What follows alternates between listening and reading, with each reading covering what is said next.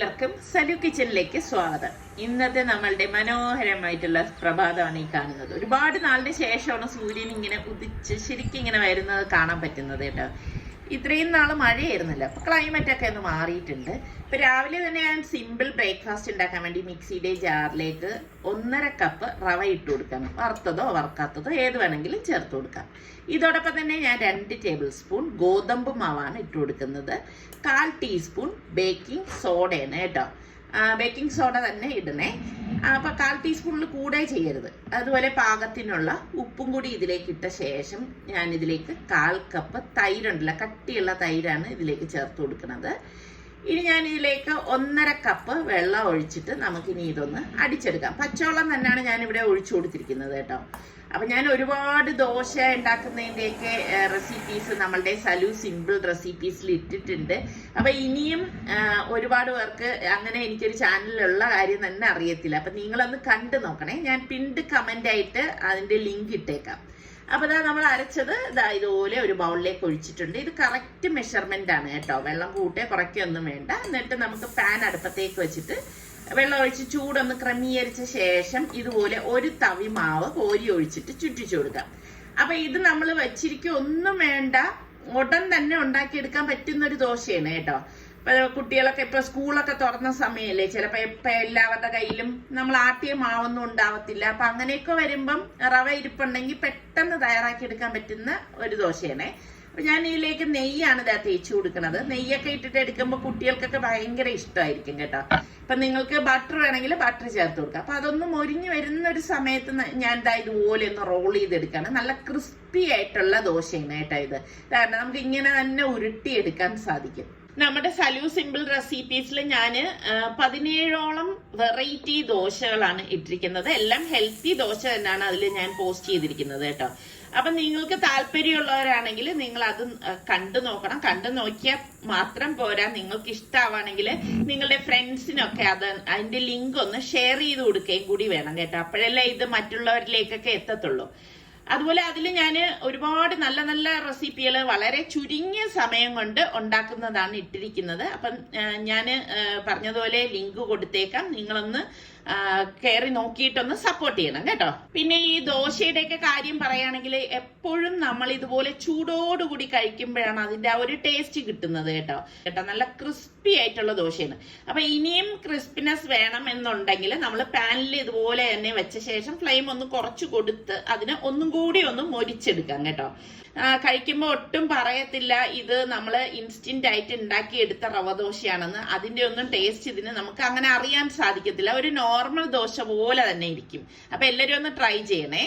അപ്പൊ ഇന്നിപ്പോ ഞാൻ ഉച്ചയ്ക്കുള്ള ലഞ്ച് റെസിപ്പീസ് ഒന്നും ഷെയർ ചെയ്യുന്നില്ല. ഒരുപാട് പേര് പറയുന്നുണ്ടായിരുന്നു എപ്പോഴും ലഞ്ച് റെസിപ്പീസ് ആണ് ഷെയർ ചെയ്യുന്നത്, ബ്രേക്ക്ഫാസ്റ്റും അതായത് ഡിന്നറും റെസിപ്പീസ് ഒന്നും കാണിക്കുന്നില്ല എന്ന്. അപ്പൊ അതുകൊണ്ടാണ് ഇന്ന് അത് ഷെയർ ചെയ്യാത്തത്. അപ്പൊ ഉച്ച കഴിഞ്ഞപ്പോഴേക്കും മിനിച്ചേച്ചി മോനും അവരുടെ 1-2 ബന്ധുക്കളും ഒക്കെ വന്നിട്ടുണ്ടായിരുന്നു. വന്നത് കല്യാണം വിളിക്കാൻ വേണ്ടിയിട്ടാണ് കേട്ടോ. ഞങ്ങളുടെ ഏറ്റവും അടുത്ത ഫാമിലി ഫ്രണ്ടാണ് മിനിച്ചേച്ചിയും കുടുംബവും.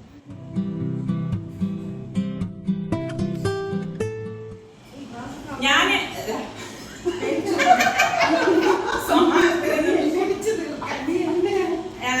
നിങ്ങളുടെ അടുത്ത് പറഞ്ഞില്ലല്ല, ഇതെന്റെ സ്വന്തം ചേച്ചിയാണ് കേട്ടാ. സ്വന്തം എന്ന് പറഞ്ഞാൽ ഇനി അതിൽ കൂടുതൽ വേറൊന്നും ഇല്ല, ഇല്ലേ ചേച്ചി? അങ്ങനെയല്ലേ? പിന്നെ ഇത് ഈ ചേച്ചി ഇപ്പൊ വന്നിരിക്കുന്നത് മോന്റെ കല്യാണം വിളിക്കാനാണ്. അപ്പൊ സൽമാൻ ചേച്ചിയുടെ മോനും ഒരേ ഇതിൽ പഠിച്ചവരാണ്. നമ്മൾ ഒരുമിച്ചായിരുന്നു കളിച്ച് വളർന്നത്. പിന്നെ നമ്മൾ ഒരുമിച്ച് തന്നെയായിരുന്നു അബുദാബിയിൽ ഉണ്ടായിരുന്നത്. പിന്നെ അങ്ങനെ അങ്ങനെ കുറെ കാര്യങ്ങളുണ്ട് ഇല്ലേ ചേച്ചി? ഒരുപാട് കാര്യങ്ങളുണ്ട്, ഒരുപാട് സിമിലാരിറ്റി ഉണ്ട്. ഞാൻ ടേസ്റ്റില് കേട്ടാ. അപ്പൊ അങ്ങനെയൊക്കെയാണ്. അപ്പൊ ഇത് കാണുന്ന ചേച്ചി അറിയുന്ന നിങ്ങളിലുള്ളവർക്ക് കമന്റ് ചെയ്യാം. ചേച്ചിയുടെ ഫ്രണ്ട്സ് കാണും ഉറപ്പായിട്ട്.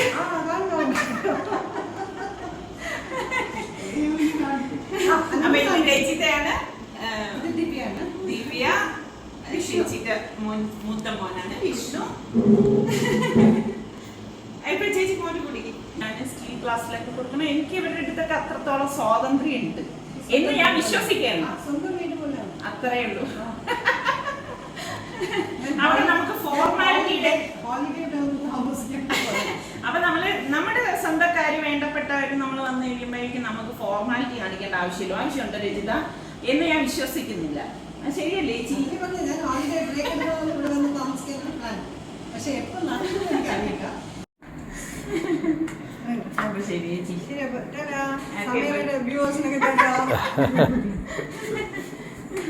എല്ലാവരും ലൈക്ക് ചെയ്യണം, സബ്സ്ക്രൈബ് ചെയ്യണം. ആദ്യമായിട്ട് എനിക്ക് സബ്സ്ക്രൈബ് ചെയ്യണം. അപ്പൊ ഒന്നുകൂടെ പറയും. ഞാൻ പറയാതെ ആദ്യമായിട്ട് ഒരാള് എനിക്ക് വേണ്ടി സപ്പോർട്ട് ചോദിച്ചു പറയൂ.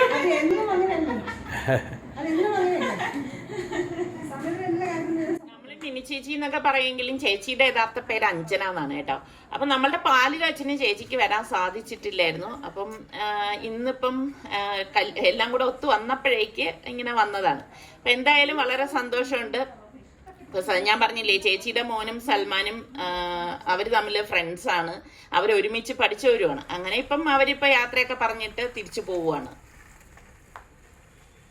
അവര് പോയി കഴിഞ്ഞപ്പോഴേക്ക് ഈ സോഫ ഉണ്ടോ, ഇത് നമ്മളുടെ പഴയ വീട്ടിലുണ്ടായിരുന്ന സോഫയാണ് കേട്ടോ. ഒരു റെഡ് സോഫ ഉണ്ടായിരുന്ന നിങ്ങൾ ഓർക്കുന്നുണ്ടോ? അപ്പൊ അത് ഞങ്ങള് അത് കൊണ്ടുവരണോ വേണ്ടയോ എന്നൊക്കെ ഒരു 100 വട്ടം ചിന്തിച്ചു. പിന്നെ വിചാരിച്ചു ഇത്ര നല്ലൊരു സാധനം എങ്ങനെയാണ് നമ്മൾ ഉപേക്ഷിക്കണത്. അപ്പൊ ഞാൻ പറഞ്ഞു അത് കവർ ചെയ്തെടുക്കാം. കുറെ കവറിങ് ആയി കേട്ടോ ഈ ഒരു സോഫ. അപ്പൊ എന്തായാലും ഈ പ്രാവശ്യം കൂടി ഇതൊന്ന് കവർ ചെയ്തെടുക്കാം എന്ന് കരുതി. എന്തായാലും ഇപ്പോഴത്തെ സോഫകൾ ഇത്രത്തോളം ഒക്കെ അതിന് ബലം ഉണ്ടാവുമെന്നൊന്നും ഞാൻ വിശ്വസിക്കുന്നില്ല. അപ്പൊ അത് കവർ ചെയ്ത് കൊണ്ടുവന്നപ്പോഴേക്കും ഞങ്ങളുടെ ഫസ്റ്റ് ഫ്ലോറിൽ വന്നിട്ട് ഒഴിഞ്ഞു കിടക്കായിരുന്നു. അപ്പൊ അവിടെയാണ് ഇത് സെറ്റ് ചെയ്തിരിക്കുന്നത്. അപ്പൊ ഇതുപോലെ സെറ്റ് ചെയ്തിട്ട് ഫോട്ടോ നമ്മുടെ സുൽത്താൻ അയച്ചു കൊടുത്തപ്പോഴേക്കും സുൽത്താൻ പറയുന്നുണ്ട്, എന്തിനമ്മ ഈ ഫസ്റ്റ് ഫ്ലോറിൽ ഇടുന്നത്, അതിനൊന്ന് എന്റെ ഫ്ലോറിൽ കൊണ്ടുവന്ന് ഇടുന്നൊക്കെ പറയുന്നുണ്ടായിരുന്നു. അപ്പൊ അതൊക്കെ കഴിഞ്ഞ ശേഷം ഞങ്ങള് ഒന്ന് പുറത്തേക്ക് ഇറങ്ങുവാണ്. സൽമാൻ ഇപ്പൊ പോകാറായിട്ടുണ്ട്. അപ്പൊ അവന് ഡ്രസ്സ് നോക്കാനായിട്ട് പോണം. അപ്പൊ അവൻ പറയുന്നുണ്ട് അതിന്റെ ഒന്നും ആവശ്യമില്ല, അവിടെ ഇരിപ്പുണ്ടെന്നൊക്കെ പറയണ്ടേ. എന്നാലും അങ്ങനെയല്ലല്ലോ, നമ്മൾ ഓഫീസിലൊക്കെ പോകുമ്പോഴേക്ക് പുതിയ ഷർട്ടൊക്കെ ഇട്ടിട്ട് പോണ്ടേ. അപ്പൊ ഞാനും കൂടി പറഞ്ഞില്ല, എന്തായാലും പോയിട്ട് ഷർട്ട് നോക്കാന്ന്. അപ്പം പോകുന്നതിന് മുൻപ് ഇൻസറിക്കൊക്കെ വിശക്കുന്നു എന്ന് പറഞ്ഞ് അങ്ങനെ ഇപ്പൊ കഴിക്കാനായിട്ട് കയറിയിരിക്കുകയാണ്. അപ്പൊ ഇവിടെ പങ്കായത്തിലാണ് കഴിക്കാനായിട്ട് കയറിയത്. സൽമാൻ ചോറ് കഴിക്കത്തില്ല കേട്ടോ. സൽമാൻ ആ സൈഡിലുള്ള കറികൾ മാത്രം കഴിക്കാനായിട്ട് ഇരിക്കുകയാണ്.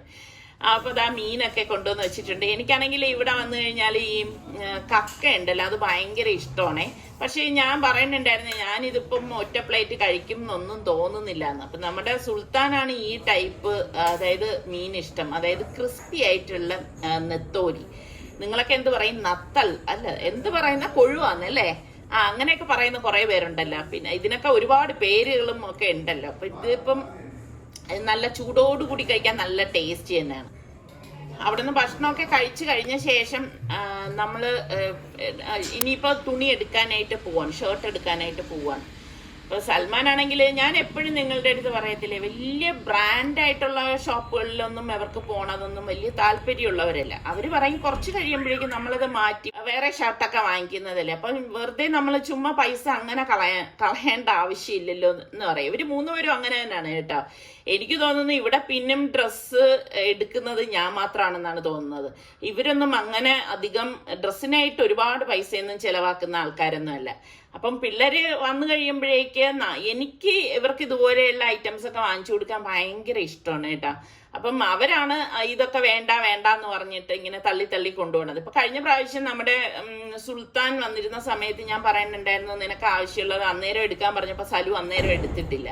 അപ്പൊ ഇനിയിപ്പം അധിക ദിവസമൊന്നും ഇല്ല, എന്തായാലും ഈ സമയത്ത് വന്ന് അവന് ആവശ്യമുള്ളതും ഇഷ്ടമുള്ളതും ഒക്കെ എടുക്കാന്ന് കരുതി. പക്ഷെ ഇഷ്ടപ്പെട്ടതൊന്നും ഇവിടെ ഉണ്ടായിരുന്നില്ല കേട്ടോ.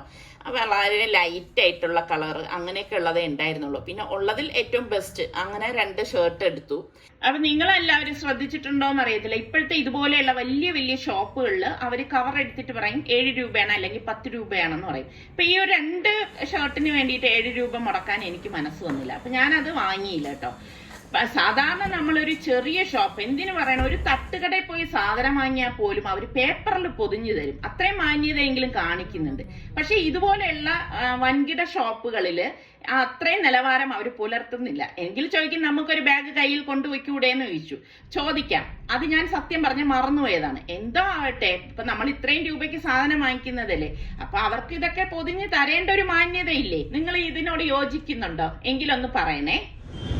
പിന്നെ ഞാൻ ഇപ്പം എൻ്റെ M.Tech ചെയ്ത കോളേജിലേക്കാണ് വന്നിരിക്കുന്നത്. ഇതാണ് ശ്രീ തിരുനാൾ കോളേജ് ഓഫ് എഞ്ചിനീയറിംഗ്.